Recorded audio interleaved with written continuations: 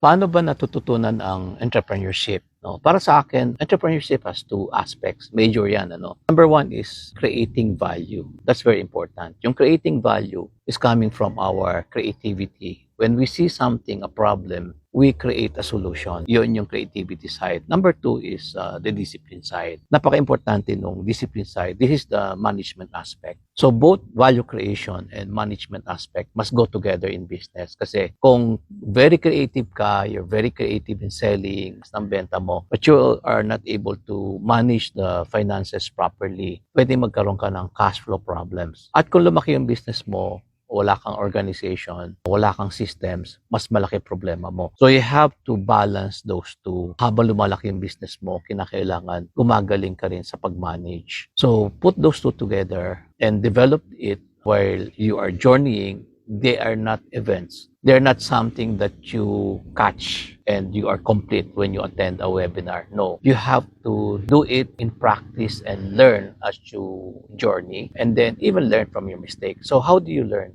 entrepreneurship? It is a journey that you take, but be conscious that you have to develop both creativity and management.